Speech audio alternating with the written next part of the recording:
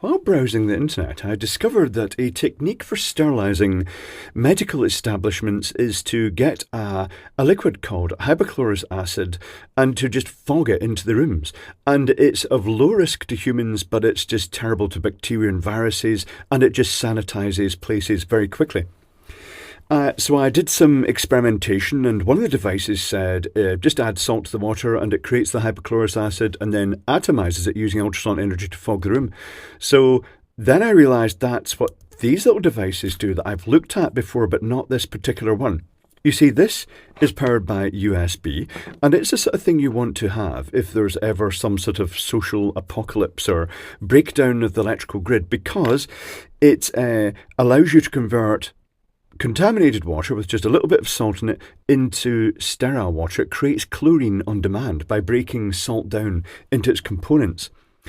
And, well, let me just get straight to the chase here. Here is half a litre of water, because that's what this is designed to work with. And here, well, there we go. There's the drug scales already kicked into use. Let's find a little dish to put in the drug scales, and we'll power them up. And we'll use the supplied spoon, because this is quite an interesting technique of actually operation. So we get a little spoon here. Not sure if we have to fill it completely. Let's try putting this in. It's supposed to be 1 gram. Oh, that's not bad. That's not bad. Let's put a little bit more in, and that's 0.99. That's 1 gram. Okay, that will do.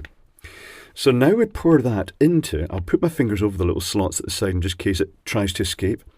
We pour it into the base of this unit. For my other experiments, I just mixed it directly into this solution, but let's do it the way they say it's supposed to operate, because I get the feeling that by having the salt in the vicinity of the electrodes, that's quite important. Now, the electrodes. This is the negative electrode, and this is a positive electrode. You can tell how good the bleaching effect is, because that was a bright red dot, a Sharpie dot, and this was a black one, and they've faded. But this is the negative electrode is most likely stainless steel. The positive electrode is going to be something exotic. Now, that could be platinum, which is unlikely, graphite, which is possible, platinized titanium, which sounds very complex and expensive, mixed metal oxide, which sounds viable, manganese dioxide, or ferrosilicon, but I'm not sure. Note that one side of this, let's zoom down now. One side of this has this nice textured gold finish. I don't know if that's symbolic of what it is, but the other side doesn't. It's got a bluish finish. I really don't know what this is. It does feel like some sort of crystalline compound. I want to snap it, but I don't want to break this. So anyway, we now put this with the little 1 gram of salt at the bottom of it. We put it on here and we bayonet cap it on, and we just dunk it straight down into the water. I'll just stay zoomed in because this is a good distance for it. Then, and I'll move this to the side a bit, we get a power supply. Here's a little USB power bank, and it says must be able to supply 1 amp. The 1 amp is irrelevant here because it turns out the actual current is more like 60 milliamps, but it depends on the salt content. But now, if we take a look at this, after a while you should see bubbles appear. If this didn't have the case over it, which is probably filling with the gas right now, then you'd see, oh, there's the bubbles appearing. There's the bubbles appearing, big bubbles, because it is just harvesting all the wee tiny bubbles that would normally be churning in this, because it is basically electrolysis. But what it's doing now is it's converting the water from water, it's splitting the salt apart and combining it with the water molecules, and it's creating approximately, and this just is an approximation, 75% hypochlorous acid and 25% hypochlorite, which is a classic sort of bleach ingredient. Okay, so it says that I should leave this running for, hold on, here's the instructions, leave this running for about 10 minutes, and then it will have created a certain level of chlorine in the water that will result in it being sterile to drink. Okay, let's give this 10 minutes. The timer is running. Let's take a look, just while this is doing its stuff, at the tiny little bubbles that are now clouding out of this unit. I'll give you a close-up of them later on out of the case so you can just see them coming off the electrodes directly. But let's wait for that timer to finish timing, and then we'll test the water. the time has been reached, so let's unplug this now. And at the point of unplugging, what was the current? At the point of unplugging, it was about 50 to 60 milliamps. And I'll swoosh this around a bit. I wonder if there's any salt left in that. We can find out by tipping it out. However, I'm going to use some chlorine test strips to actually test the amount of chlorine in the water. I'm expecting it to be quite low because this is just to sterilise water. I also want to taste the water and see if it's excessively salty. So it's instantly reacted by going a very pale, which suggests it's around about 10 to 20 parts per million. I'll let you actually see that up close. So I shall zoom in a bit. And you can see it is right at the bottom end of the scale. Okay, right. Let me taste this. So I'll just take this out at the moment. Has it imparted much water into it? Not terribly salty. Not terribly salty at all. Now I'm wondering how much salt is left in this. Let's open it up. And shine a light into it. There's still quite a lot of salt in there. I think. A fair amount. So it's just used a small quantity of that. See, before I'd actually, in my other experiments, I got much higher conductivity by stirring. Well, let's do that right now. I shall prepare another batch. I'll get another 500 ml of water and I'll stir 1 gram of salt in and see if it makes much difference. But maybe the reason they contain the salt in this is just to stop it flavouring the water and making it all salty. Right, I'll just do that test right now. 1 moment, please. So here's a fresh batch of water and I've mixed the salt in. I'll just taste it as it is. You can barely taste the salt. So I'm going to slam the electrode into that and we'll do the test again.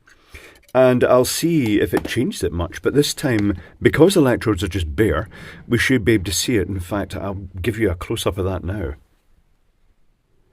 So a much more vivid demonstration of the bubbles coming off, although most of the bubbles seem to be coming from the negative and very little seems to be coming off the positive. But these bubbles do contain chlorine and it is being absorbed into the liquid as it travels through it. It's interesting chemistry. Okay, I'll show you one other thing. So as part of my experiments earlier, I made a super strong batch with a couple of grams of salt to decrease the resistance of the liquid. And if I put the paper into this, it shows a much stronger amount of the chlorine. Now, it's worth mentioning. Let's zoom down this. So let's compare it and see which one looks the closest. Would you say it's the 300 parts per million, which is this one? I think it is. But or it could be down to that one. It's kind of in between these two, I think. However, it's worth mentioning that it was stronger earlier on. But one of the things about hypochlorous acid is you can't store it. It's kind of unstable. It gradually reverts back to its original form, I think. And that means you have to sort of make it on demand. There are ways to stabilise it. They can change the alkalinity, I think, of liquids to allow that. In the case of the hypochlorite bleach, they add sodium hydroxide to make it a very strong alkaline. But even over time, an old batch of bleach, an old bottle of bleach will lose its effectiveness. It's notable that because I stirred the water in here, and this has made a difference, the current is only about 40 milliamps now. But anyway, I'll give this its 10 minutes and I'll taste it again. Okay, 10 minutes later, the current is at about 40 milliamps. I shall unplug it and take this out and give it a shakedown. I don't think there's any electronics in here. I think it's purely just the 5-volt supply applied between these two electrodes, and the resistivity of the liquid is what really matters. So, let me get the... well, let me taste this.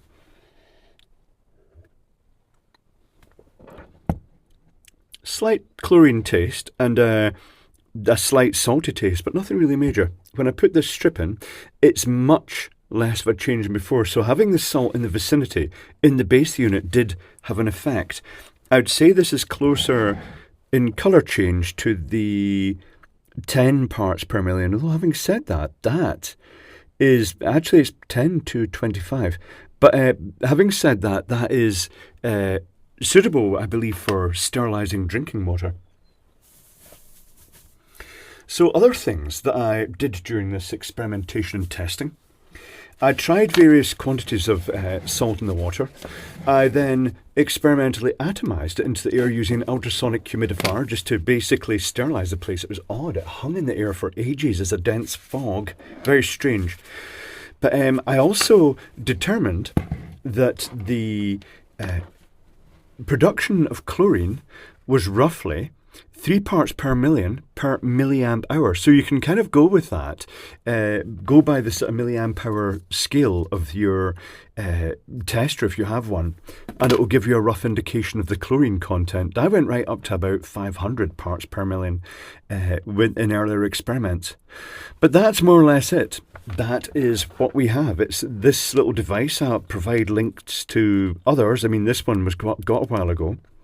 But I'll provide links to others just so you can see what's available. And it's the sort of thing that could be quite useful if there was, shall we say, a situation that you needed a source of water that was sterile for cleaning stuff and for basically making it safe to drink.